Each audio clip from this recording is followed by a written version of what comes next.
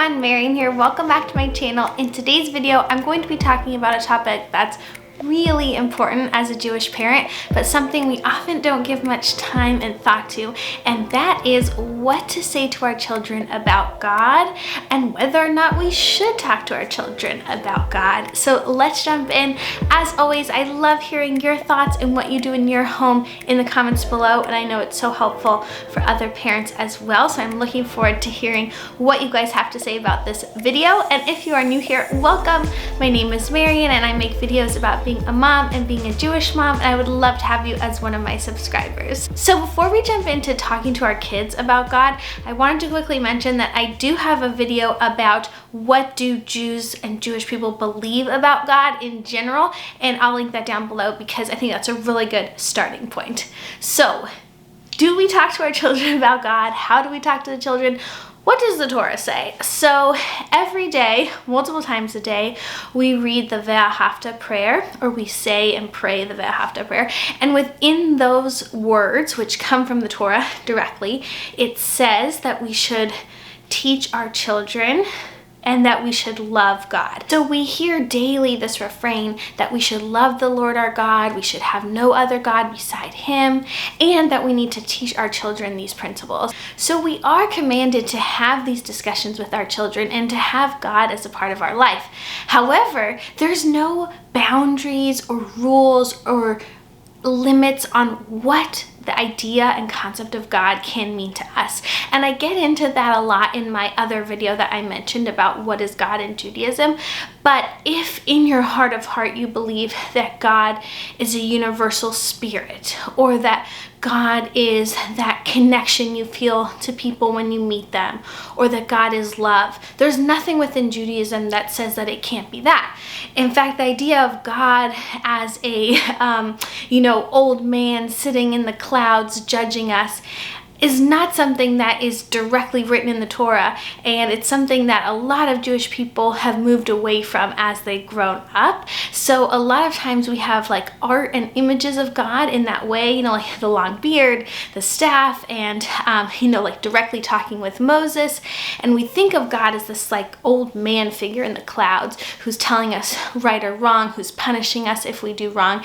And a lot of that is built from a Jewish education that we received when we were younger, even if it was sort of haphazard and not something directly intentional. But a lot of us have that idea, and then as we grow older, kind of move away from it. So what I like to think about when I talk to my children about God is to keep things open so that I don't create a concept that will not last them for their lifelong.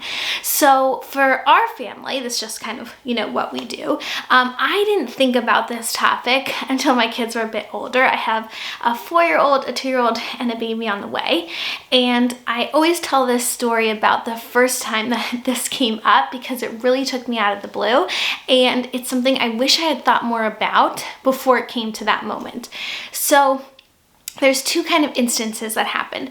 The first was we went to a different Tat Shabbat than we usually go to, and in that Tat Shabbat service, they had a song about God that I hadn't heard before. Most of the Jewish songs when you go to Tat Shabbat are like from your own childhood, and this was like, thank you God for this, thank you God for that, where is God? It was like a God song, and it was all in English, and it just kind of took me aback because it didn't fit into my personal view of God, and I didn't feel entirely comfortable singing it. There was nothing about it that was wrong, it just didn't click for me. So that was kind of the first time I was like, do I want to be teaching my son this song when this isn't my idea of God?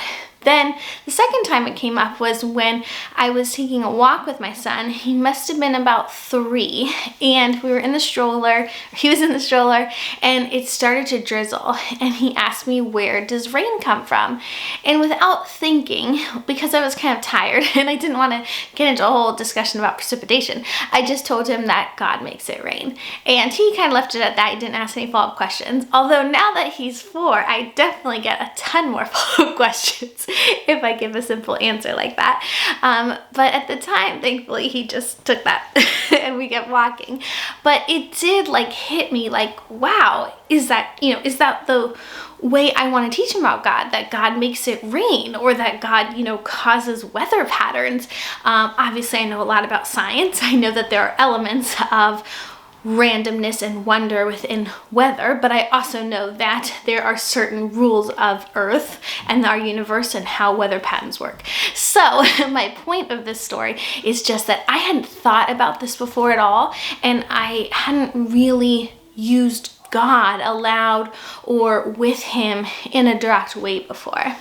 So my goal now as a parent, like I mentioned, is to create a foundation. And that's kind of what I'm doing with religion in general.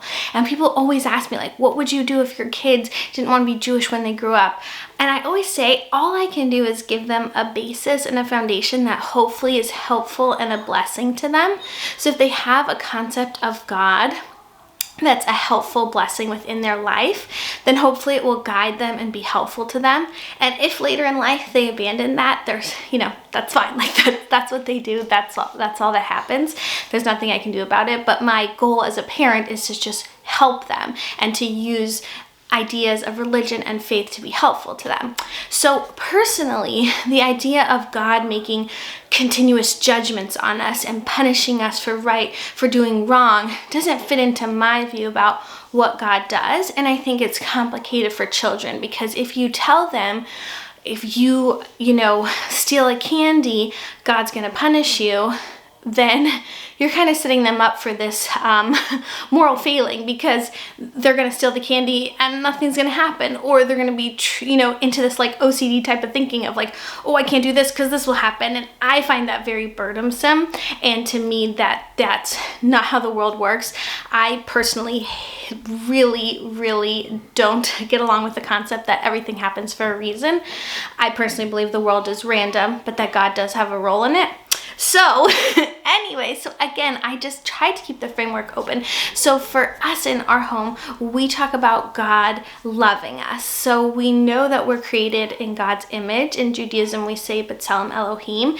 And to me, again, it's that building of faith for our children to know that they are special and they are loved and they have a divine spark within them. So to me, that's a very kind of clear example of how God can be a beneficial, helpful force and a like concrete idea that they can get to wrap their heads around without planting seeds of things that might be detrimental or judgmental. Also, as a kind of addition to this, we definitely learn about judgment and right and wrong, especially the Jewish holidays are coming up now with Rosh Hashanah and Yom Kippur, and sort of this measuring up of how we've behaved throughout the year. But Judaism doesn't have the same focus about like hell and punishment, as other religions. So although, yes, there's this idea that we want to be good people, it's not this kind of same thing that you'll be directly punished for stealing that little piece of candy. So that's kind of the background of what I'm thinking about as I'm raising my children.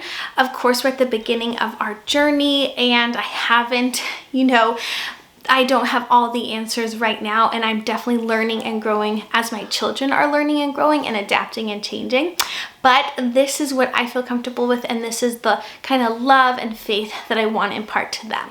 So I hope you guys like this video. I definitely want to hear your comments in the comments below, and give this video a thumbs up if you like it so I know to make more about this kind of topics. Thanks for watching, and I'll see you in the next one. Bye!